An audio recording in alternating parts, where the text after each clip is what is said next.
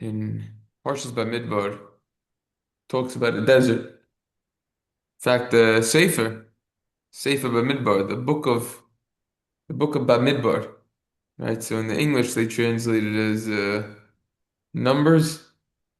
That's how they translate Bamidbar. But the translation of Bamidbar is a wilderness. It's a desert. Okay, that's the translation. Question is, the Parsha Bamidbar, we typically learn it, we read about it from the Torah, always right before Shavuos. So the question begs to be asked, what is the connection between Bamidbar and Shavuos? Similarly, Bamidbar follows the Sefer of Vayikra, right? Now, Vayikra, we have to figure out what is the connection between the Sefer Vayikra and Bamidbar. Vayikra primarily deals with korbanos, sacrifices, and in particular, it ends with the parsha Bechukoisai, and Bamidbar is totally different. So we'll provide around 10 answers to this question. The reason why we're going to provide 10 is because a lot of people don't even know one answer. So we have to try to make up for all the people who don't know one answer. So we'll provide 10. The Gemara in Eruvin on Nun Daled says that the Torah will only last within someone who makes himself like a desert. Someone makes himself like a desert, the Gemara says. The Torah will be given to him as a gift or Talmudo miskayim biyada. His learning will get fulfilled. The obvious question is, what does this mean that we should make ourselves like a desert? So the answer to this final question will really answer all of the previous questions easily. The pasuk at the end of Sefer Vayikra says, "These are the mitzvahs Hashem commanded Moshe." The pasuk in the beginning of Sefer Bamidbar says, "Hashem spoke to Moshe in the desert." This is alluding to the reason why Moshe merited receiving the Torah because he made himself like a desert. If you make yourself like a desert, then you will be able to accept the Torah properly. That's why we learn Bamidbar before Shavuos, in order to refer to this principle of making ourselves like a desert so that we could receive the Torah. This is what my great-great-grandfather explains in his Nachla Svi on page Shin Lamed. But what does this mean that we should make ourselves like a desert? Practically speaking, what does that mean? We should go in the desert and dehydrate ourselves to death and stay there? That certainly wouldn't be the wisest decision a person could make. In fact, it would be one of the most foolish decisions a person could make. Explanation number one is that this could be referring to humility, as the Gemara in Eruvin on Nun Daled Amud Aleph says. Make yourself like a midbar shakol dashin olav. Everyone steps on deserts. You think a desert has haughtiness? It's trying to build the tallest skyscraper, right? Doesn't care. Does its thing, and it's relaxed. And the animals who live there are also relaxed, right? They're dangerous, many of them, but the point of the matter is it represents humility. It's no coincidence that the Torah was given on the smallest of the mountains, Har Sinai. As we discussed last week, it didn't show off its resume. It was humble. Moshe Kibel Torah min Sinai. What does it mean? You receive the Torah from Sinai, not on Har Sinai. You receive the humility, as we discussed last week. Being humble is of the utmost importance. Moshe Zana Mikol Adam Ashel Pnei Adam. He's the most humble Moshe. That's what it means. You have to make yourself humble. Beis Yosef, Bamidbar Rab also seems to have this approach. No Zion, first parsha. Beis Yosef comments that one needs to be humble, and the commentary in the Midrash Tanachuma and Ozvav, in order that you can learn from anyone, and you have to be humble in order to teach anyone. So it's a two-way street. That's humility. If a person has arrogance and he hits a dead end on something that he was learning, a question that he doesn't know the answer to, which, by the way, anyone who learns properly will always have questions that he doesn't know the answer to, or that need clarification by someone who could answer it. So that's not going to be good for his learning. right? And also with teaching, be able to teach is a very important thing. It'll help you remember it more, you'll get more clarity, etc. So it's a two-way street. Answer number two, a desert is really ownerless. Whoever wants the Torah could come and learn and acquire it for himself. As the Gemara in Yuma says in Ayin Beis, the Rambam in Hilchos Talmud Torah. In other words, even though the deserts they're in a certain location and the country owns the desert, they probably won't care if you put a tent there and live there and do your own thing.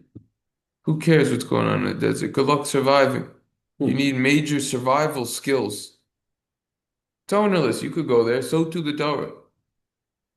Pretty much everything in this world, if you want something of significance, you have to pay for it. But the Torah is not that way. The Torah is free. Mish yirtzel yavel v'yito, like the Rabbeinu Charan over there in Yuma says in Ayin Beis. You want the Torah? Come and grab it.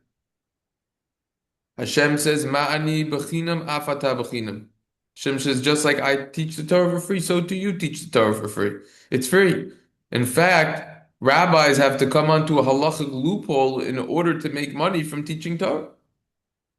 Which parenthetically, it's the same. A lot of the loopholes, it's around 4 loopholes for rabbis, a lot of them are the same loopholes that doctors use to receive money. Really, you have to heal money. You have to heal for free. How could you get paid for that?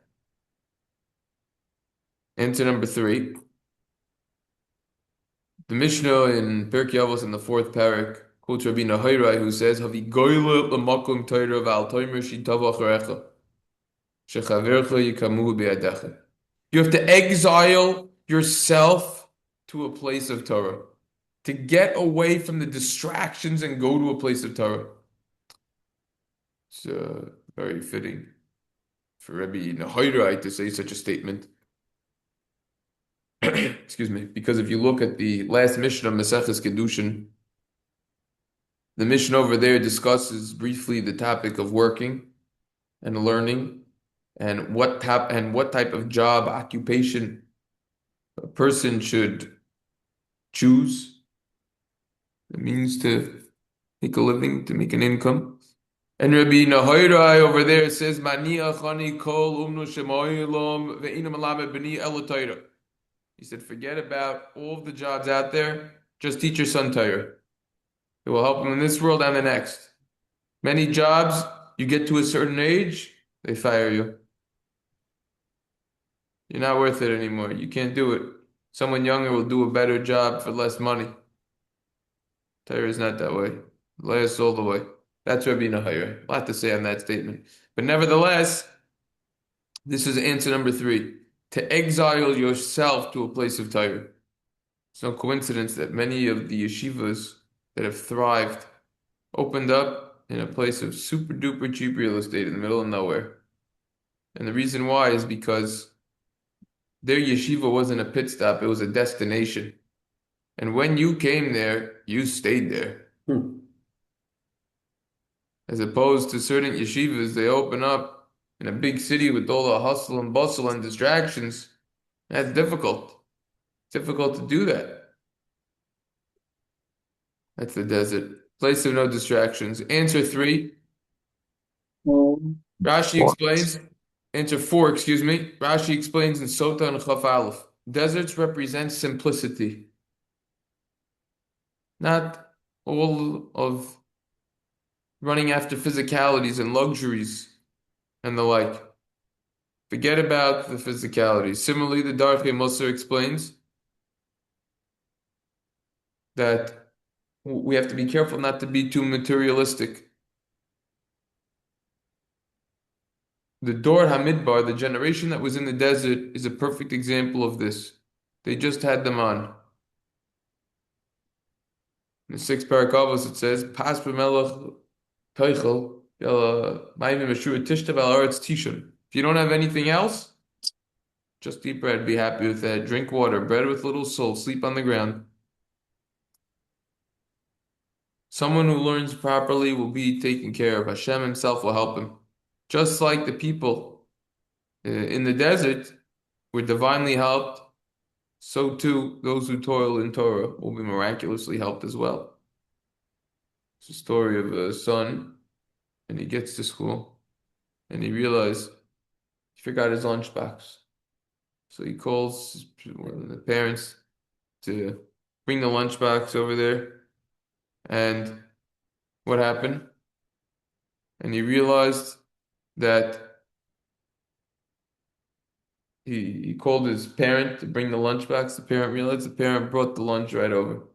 So too, explains the Chafetz Chaim, someone who learns with all of his strength, he will be taken care of. Our Father Hashem will take care of those who toil in Torah. When someone makes himself like a desert, Hashem will take care of his necessities.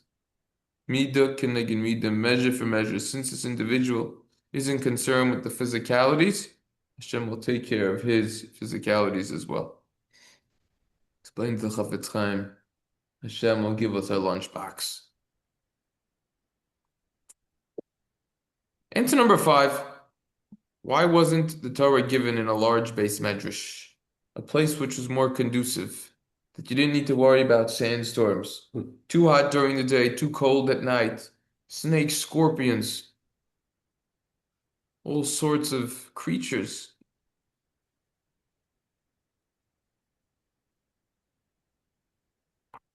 Torah was given specifically in a desert in order to teach us that you can learn anywhere, even in a desert, except for a bathroom.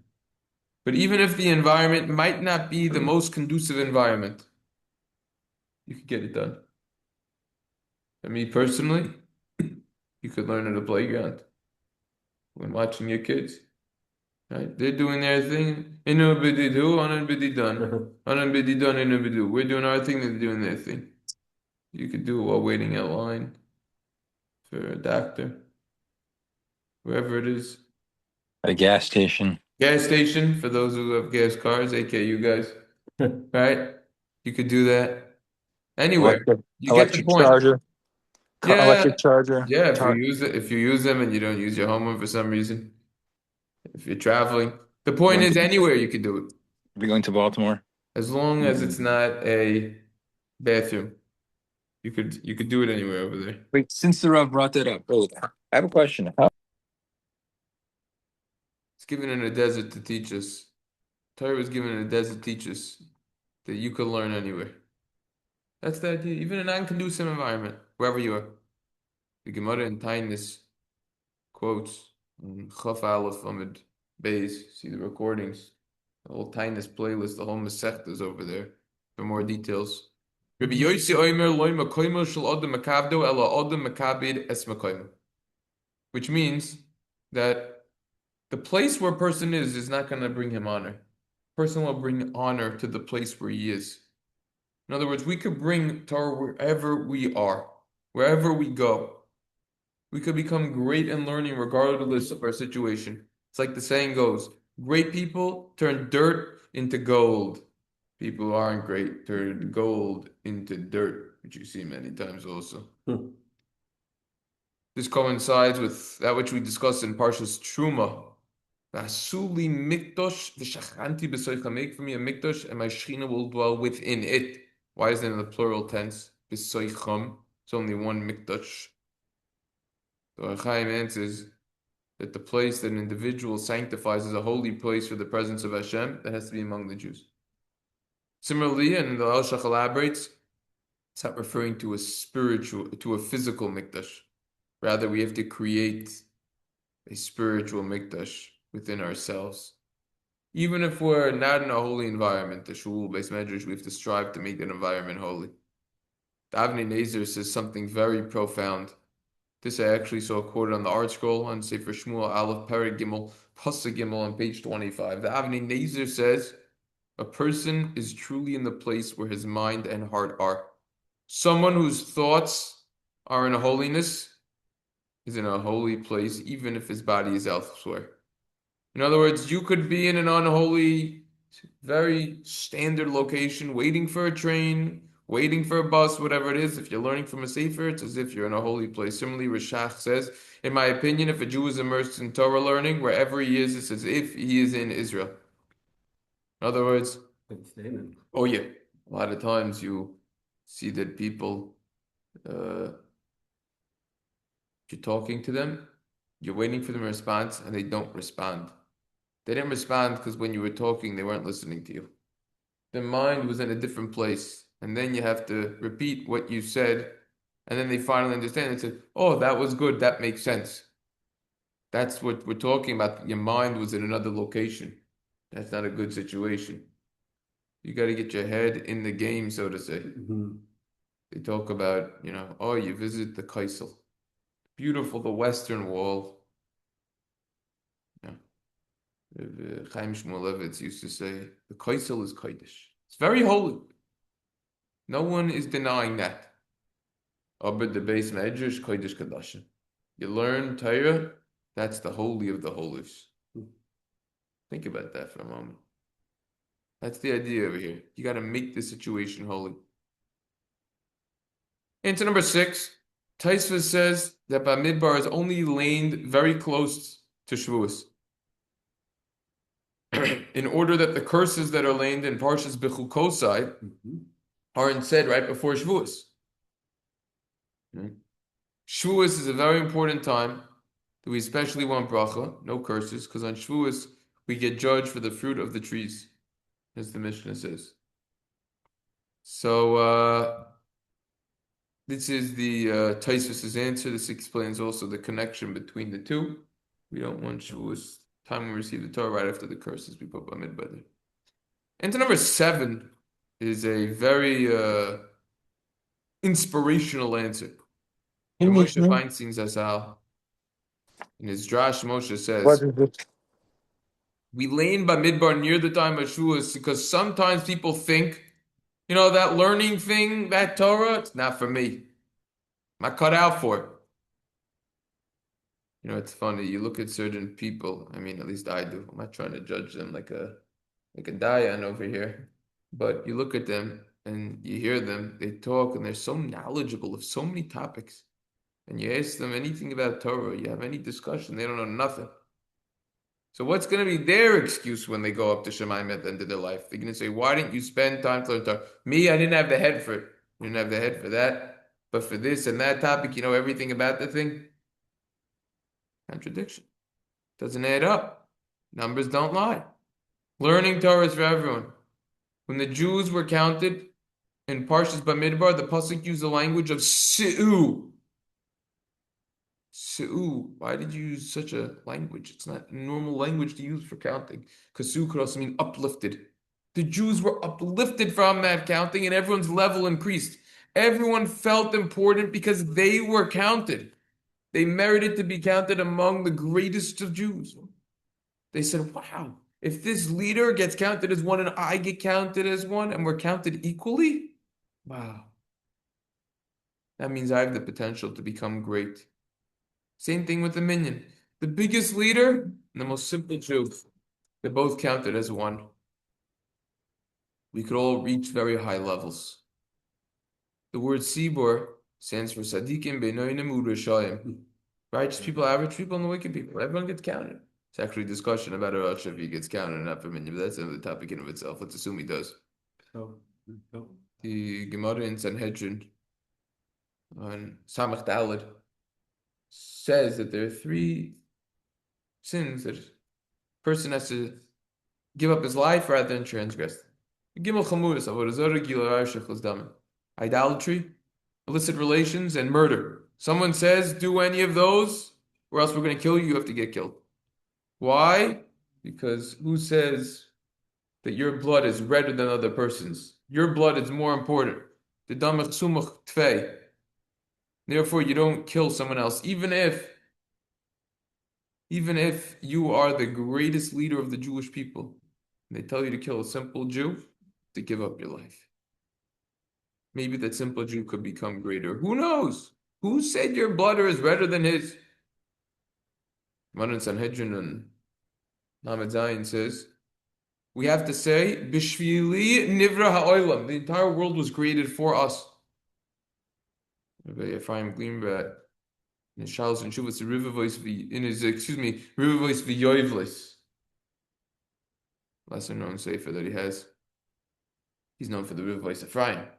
But in the Rivos Yoivlois, Chelak Aleph Siman Yodi explains that we literally have the ability to change the entire world. The Gemara in Baba Metzia on Pei Vav relates that any time a Rebbe tried to give Shmuel Smicha, tried to ordain him, which used to mean something back and then, it had significance. Unlike today, it doesn't really mean much, but that's another discussion. Something happened that prevented his desire from coming to fruition.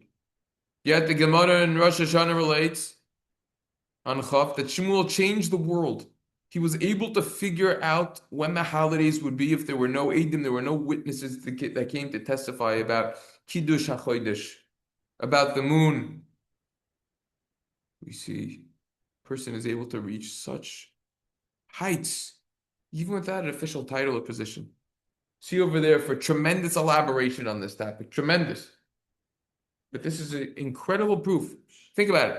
Shmuel, regular doctor, great person. But he wasn't called rabbi. There's a discussion about that, major discussions. At the end of the day, he wasn't called rabbi. And he changed the calendar for the Jewish people for eternity. Look at what a person could do. Answer number 8. Ido says that the gematria, the numerical value of Midbar is 248. Sinai is 130. Add it together, you get 378. The word b'shalom, with peace, is also 378. We are at a lofty level, a peaceful level, when we receive the Torah in Midbar Sinai. The pasuk says, that the Jews encamped about the mountain in the singular tent. Why is the pasuk in the singular tent when it's referring to approximately 300 million people? Rashi quotes in the Chilta that says, they were all like one person, like one heart, due to the extreme unity that they had. And because of that amazing unity, they merited receiving the Torah accordingly. Parshas Bamidbar is laying before Shevuos in order that we will be focused on the important goal of attaining this proper unity. Unity, that's what Bamidbar symbolizes. Pido explains that during these days before Shavuos, we have to be very careful with matters pertaining to Bein Adam L'Chaver, interpersonal relationships. It's a nice idea to apologize to someone that we may have slighted before, like before Yom Kippur. This is also very apropos because Shavuos follows the days of Surah where we mourn the deaths of 24,000 students of Rabbi Akiva. Why? Because they didn't honor one another at their level. At their level, they had disunity. Therefore, we have to do the opposite. We have to have complete unity in order to accept the Torah. Answer number 9, and lastly, the Gemara in Baba Basra says, Avira de Eretz Yisrael machkin, that the air of Israel makes a person smarter. The air itself possesses a certain amount of kedusha, of holiness.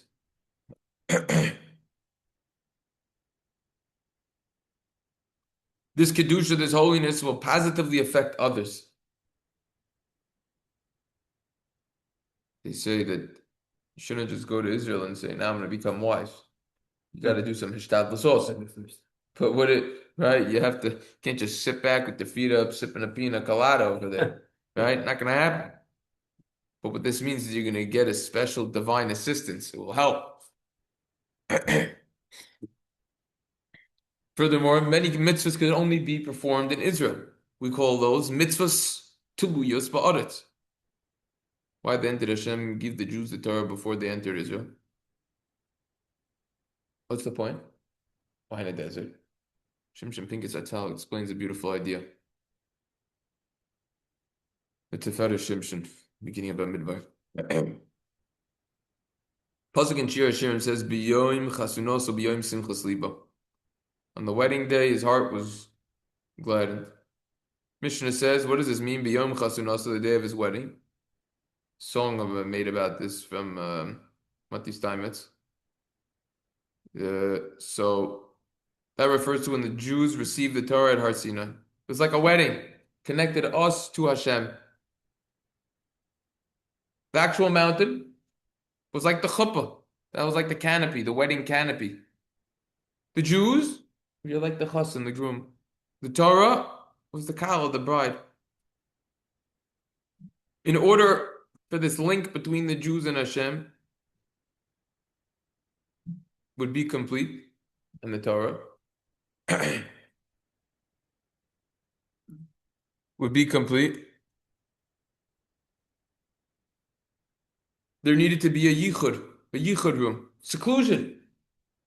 How do you get yichud? Just like all Jewish weddings. There has to be seclusion between the groom and the bride. A brief seclusion, 10 minutes or so, whatever the time is. Which opinion you're going like? If the Jews would have immediately entered Israel before receiving the Torah, we would have never had that yichud, that seclusion that was needed. This would have been a serious problem. Everyone would have gone to their fields. Many would get distracted and preoccupied with maintaining their fields. We see that nowadays. Not fields, but it's occupations. It's called workaholism. They would get totally distracted, preoccupied. And the Jews wouldn't have allocated the proper amount of time for learning Torah, performing mitzvahs. That's why the Torah had to be given in a desert. Not only that, that's why we had to be there for 40 years. Yichud room. We needed 40 years to fully focus on this new amazing gift that we got without any distractions. And this 40-year period strengthened the relationship between the Jews, the Torah, and Hashem.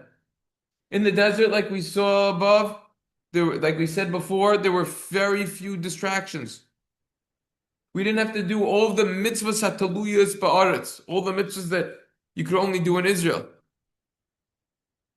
It's a powerful seclusion, and this important yichud had a very positive ripple effect on all future generations as well that would last. Everything was taken care of in the desert. Necessities, food, drinks, laundry, protection was all taken care of. It's a yichud room. Nowadays, you see couples, they get married and they spend time together. Spend time together.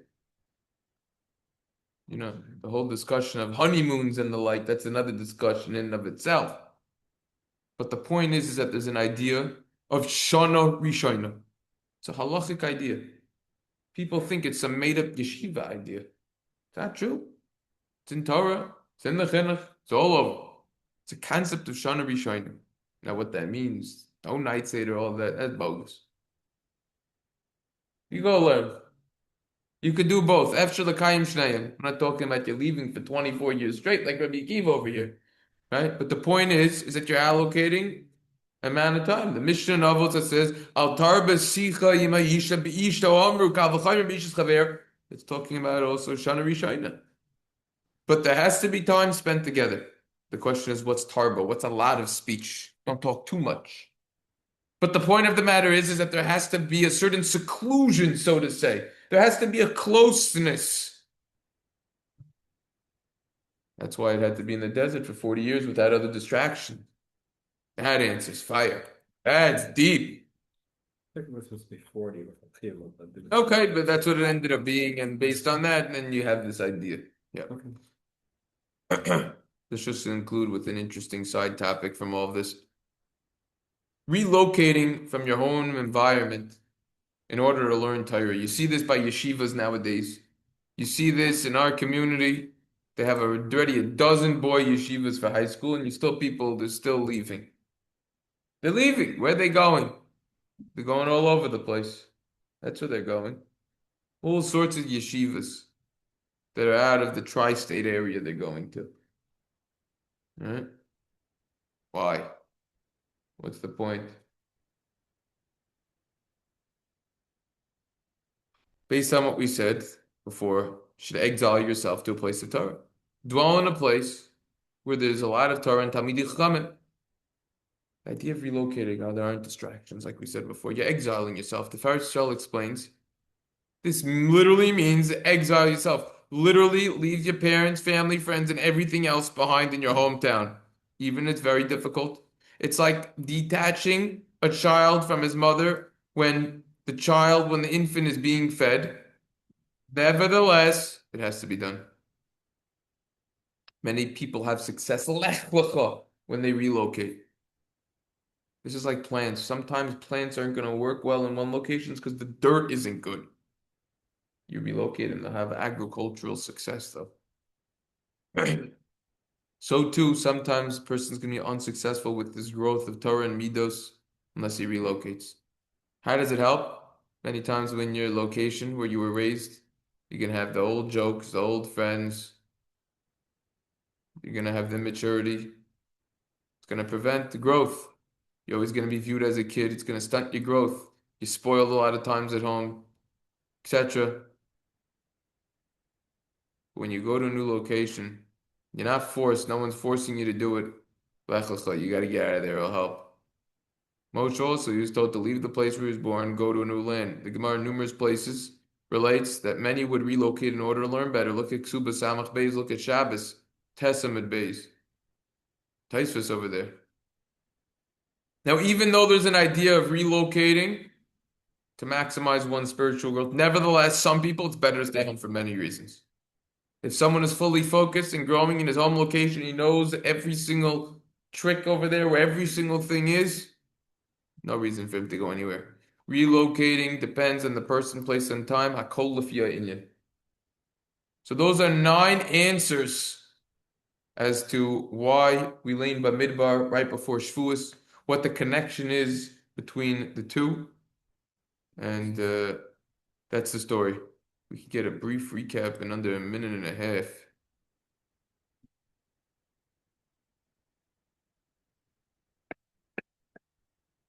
I don't know if we get a brief recap, a minute and a half. Brief. Answer number 1, be humble. Answer number 2, the desert is on the list. Answer number 3, exile. Answer number 4, simplicity. Answer number 5, teach and learn anywhere, as long as it's not a bathroom. Answer number 6, Taisvus, you don't want the curses to be right there. Answer number 7, you could achieve greatness. Anyone could learn Torah. Yeah, that's what Moshe, like the Tanit of Eliyahu, the guy knew how to work. He knew how to make the net, but he can't learn Torah. Of course he does. Of course he could. Answer number 8, focus on unity. Answer number 9, lastly, is the seclusion that we need with the Torah. That's the recap. It's called the 1-minute recap. 1-minute recap. So then the guy's gonna say the Bachur, if you could say the same thing in 1 minute that you said in 40, why do I need to watch the 40? The answer is because in 1 minute you're not really gonna get much. That's like I say, I'm gonna spend $500 for you at a high-end restaurant, and all you're gonna eat is one piece of the appetizer. Yeah. You're kind of missing the whole meal, buddy. That's the answer. All right, everyone, have a wonderful day. Have a great day. All right. A lot. Yeah. Today is, what is it, right? This Thursday and Friday we're live, right? Oh yeah. Okay. We gotta wrap up.